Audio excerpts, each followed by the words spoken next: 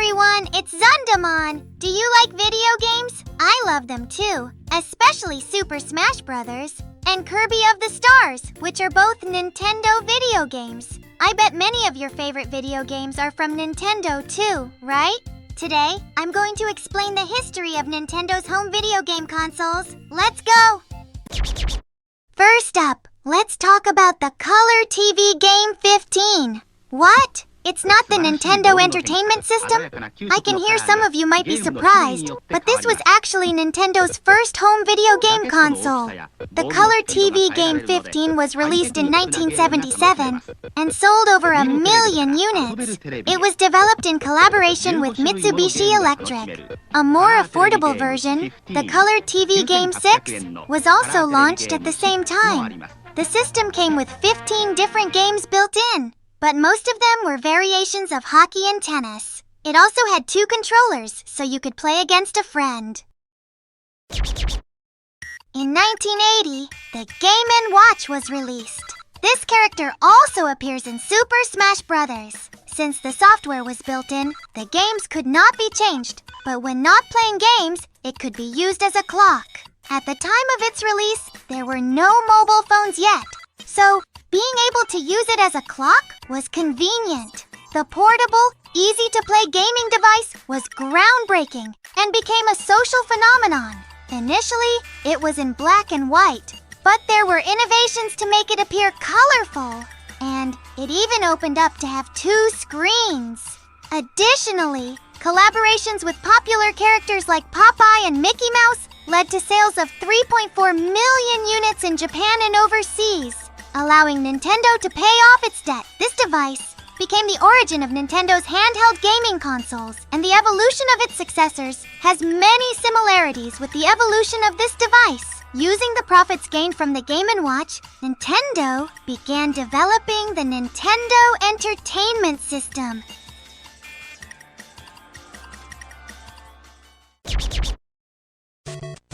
In 1983, the Nintendo Entertainment System was released. It was known as the Family Computer in Japan. It sold 19.35 million units in Japan and 61.91 million units worldwide. What made this console remarkable was its controller, which laid the foundation for modern gaming consoles. It featured a directional pad, start button, select button, and A and B buttons, all in a simple and user-friendly design. Priced at 14,800 yen, it was affordable, and unlike previous Nintendo consoles that only played built-in games, the Nintendo Entertainment System used ROM cartridges, allowing players to buy and play multiple games. This was revolutionary at the time. The Nintendo Entertainment System was designed with 5 key ideas in mind. 1. Make it affordable so that children can easily obtain it. 2. Release a wide range of software to continuously provide new and interesting gameplay. 3. Include development support tools to make game designing accessible, even for non-experts. 4. Create visually entertaining games that are enjoyable to watch, not just play. 5. Ensure simple operability that allows easy gameplay while looking at the screen. Each of these elements, which can be considered a philosophy of gaming, was prioritized in its design, leading the Nintendo Entertainment System to produce many great titles. The Famicom Disk System, released by Nintendo on February 21st, 1986, was a peripheral for the Nintendo Entertainment System. This gaming accessory allowed games to be stored and read from a unique magnetic disc called the disc card.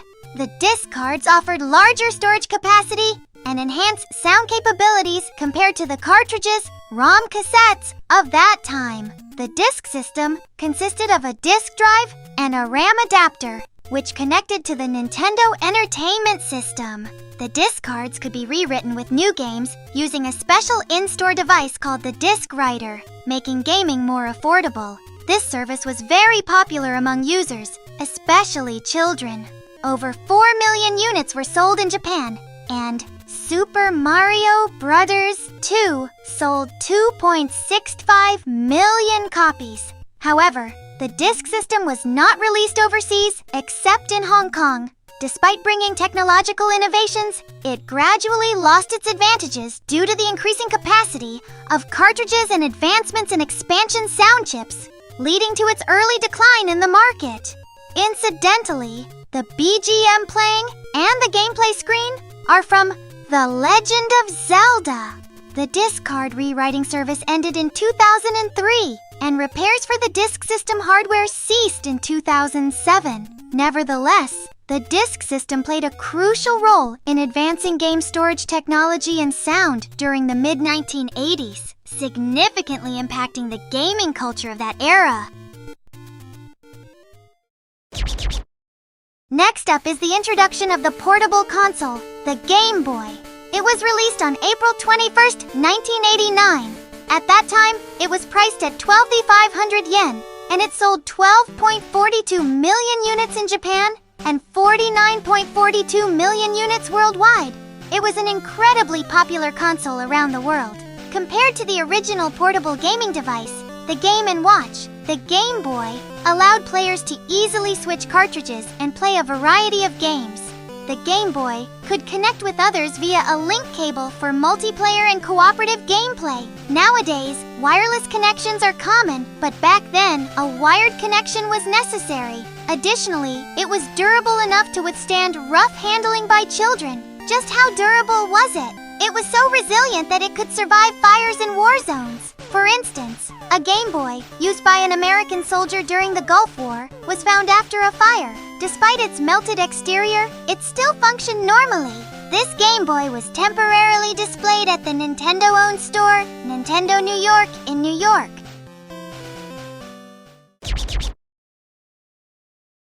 The next game console is the Super Nintendo Entertainment System. Released on November 21st, 1990, the Super Nintendo Entertainment System was priced at 25,000 yen and sold 17.17 million units in Japan and 49.1 million units worldwide. This is also a famous game console. Compared to its predecessor, the Nintendo Entertainment System, it saw significant enhancements in graphics and sound, enabling the delivery of vibrant and colorful games that were previously impossible. While I appreciate the retro feel of the mostly monochromatic Nintendo Entertainment System, the Super Nintendo Entertainment System brought about a noticeable improvement in overall color quality. Another significant change was the controller. It added buttons, including the X, Y, and LR buttons, in addition to the AB buttons, allowing for more complex operations and expanding the possibilities for action games. Additionally, the SNES introduced the ability to scale the screen, allowing for depth perception, which was a notable advancement. However, this also led to an increase in software prices. Around the mid-release period, most games cost over 10,000 yen each. The reason for the high cost was that the games were cartridge-based, and as the quality of the games improved, more memory was required, leading to higher prices.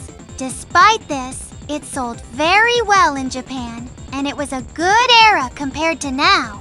Furthermore, by enhancing peripheral devices, it was able to meet previously unmet demands. For example, the multi-tap allowed up to 5 players to participate in a game.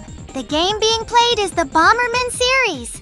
This allowed everyone to play without the restriction of having to switch players upon death. The downside was that friends would flock to the house of the kid with the multi-tap, preventing the mother from taking a peaceful nap. Are you familiar with the Super Scope? It's an infrared wireless, optical wireless communication controller shaped like a shoulder-fired cannon and used by shouldering it. It requires 6 AA batteries, so caution is necessary. Although there were only a few types of games, the play screen viewed through the scope had a wonderful quality that made you feel the depth as the shot bullets reached their targets.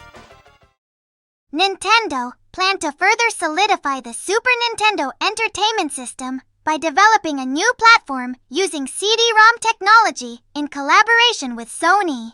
During development, Sony created a prototype called the PlayStation, which was intended to be used in conjunction with the Super Nintendo Entertainment System. The PlayStation was designed to use both regular Super Nintendo Entertainment System cartridges and CD-ROMs. However, differences in opinion regarding the contract terms and issues related to profit distribution between Sony and Nintendo led to a gradual deterioration of their relationship. The day after Sony unveiled the PlayStation prototype at the 1991 Consumer Electronics Show, CES, Nintendo announced a new partnership with Philips, effectively ending their collaboration with Sony.